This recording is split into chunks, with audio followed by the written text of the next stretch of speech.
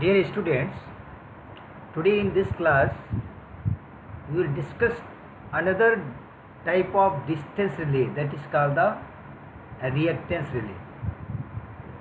We know that distance relays are classified in three types, that is impedance relay, reactance relay and amateur relay. So in previous class we have discussed about the impedance relay, that is a distance relay. What was the operating fundamental principle, what were the governing equations of the impedance relay, and at what operating torque it was operating. Now here in this class we will discuss about the reactance relay. So as the name implies that reactance relay means this relay will measure the reactance, and according to the operating characteristics this relay will operate. Basically this is also a overcurrent relay. So the operating torque by current and restraining torque by the current and voltage directional relay. It means the structure of this relay is such that the operating torque will be doubled by the current and restraining torque will be doubled by the current and voltage directional element. So the positive torque by the overcurrent element as written here, and negative torque by the directional element. This negative torque is nothing but it is a restraining torque also. And the relay is set to design in such way that directional element designed for maximum torque angle at 90 degree. It means the directional element is designed to develop a maximum torque angle of 90 degree when it will have a maximum torque. That is how this relay operates. So we will see the construction detail of this relay. This is the construction detail of this relay. So this relay is having a 4-pole structure, as it is named that relay 1, relay 2, relay 3 and relay 4. So this relay 1 is called the polarizing coil, 2 is called the operating coil and 4 is called the restraining coil.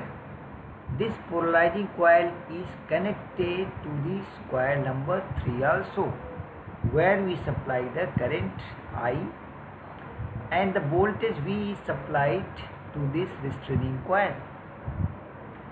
So this is a 4-pole structure relay, and as per the design set value of the current, this relay will develop a maximum torque and relay will operate to give the command that whether circuit breaker is to be tripped or not.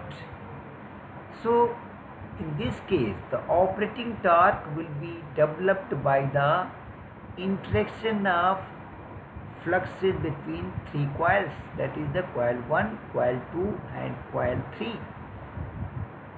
So once the fluxes interaction of polarized coil and operating coil will be there, then it will develop a operating torque.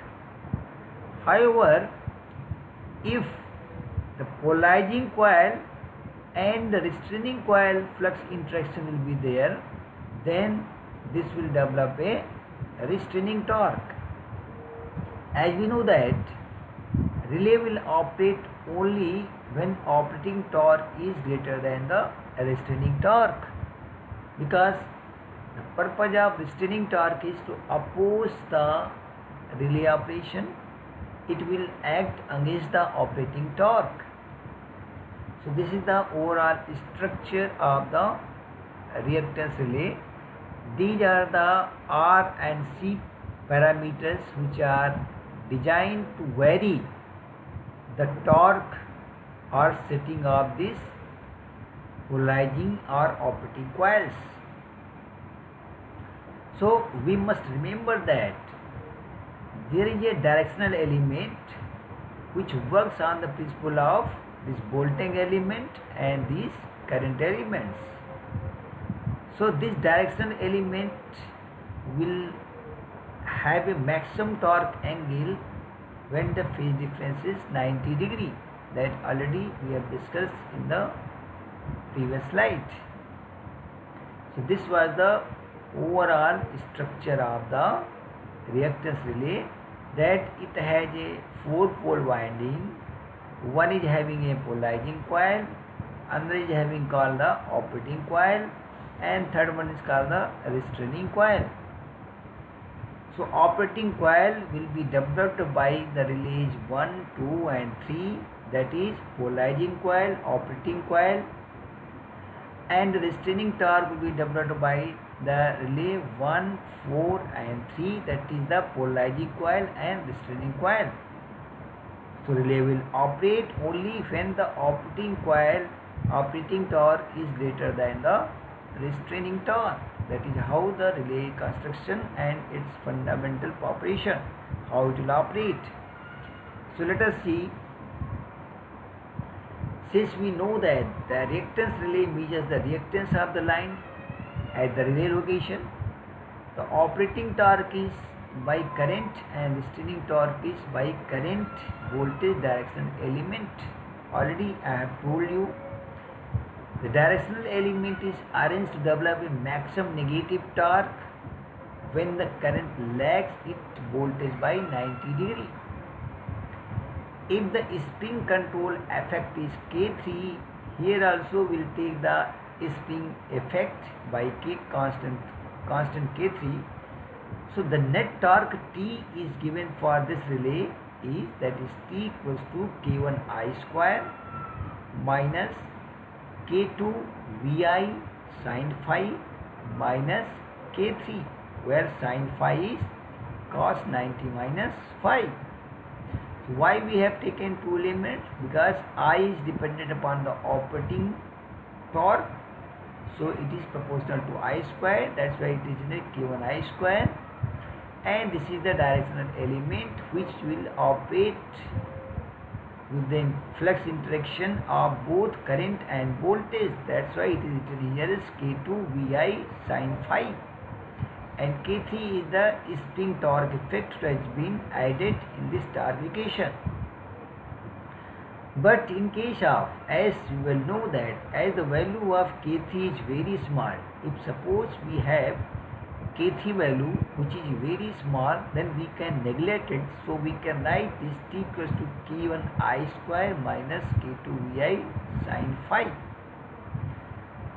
Further, these equations will be simplified as the operating torque will be more than the restraining torque for the relay operation. That already I have discussed, and I have told you that until unless operating torque is greater than the restraining torque, relay will not operate.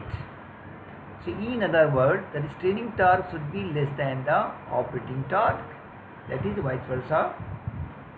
So we can rationalize the further equation that K2 Vi sin phi should be less than K1I square from the previous expression.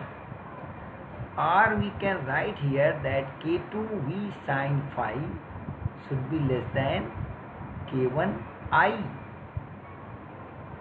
So further we can write here that V by I sin phi should be less than K1 by K2. Since both are these constants, they can be written in terms of single constant.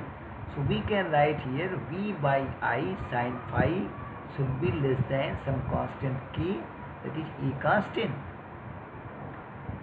Or we can write here X is the reactance. So what is V by I? Here it is a reactance. So this reactance value should be less than some constant value for the relay operation. And as we know that X is equal to Z sin phi and Z is equal to V by I. So we can see in the characteristic diagram that what is the value of X is equal to Z sin phi.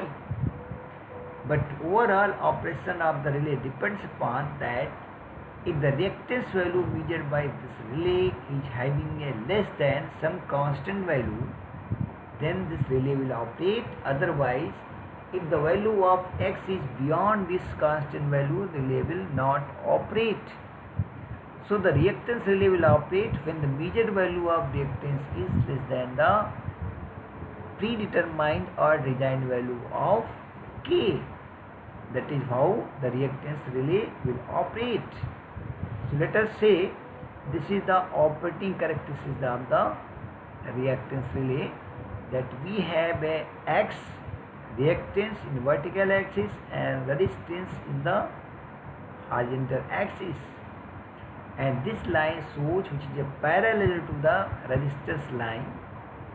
So this is the gap, or this is the distance between these two lines, which is the positive torque region or the operating region. So if this is the Z line, then what will be the value of this? This will be Z sin theta.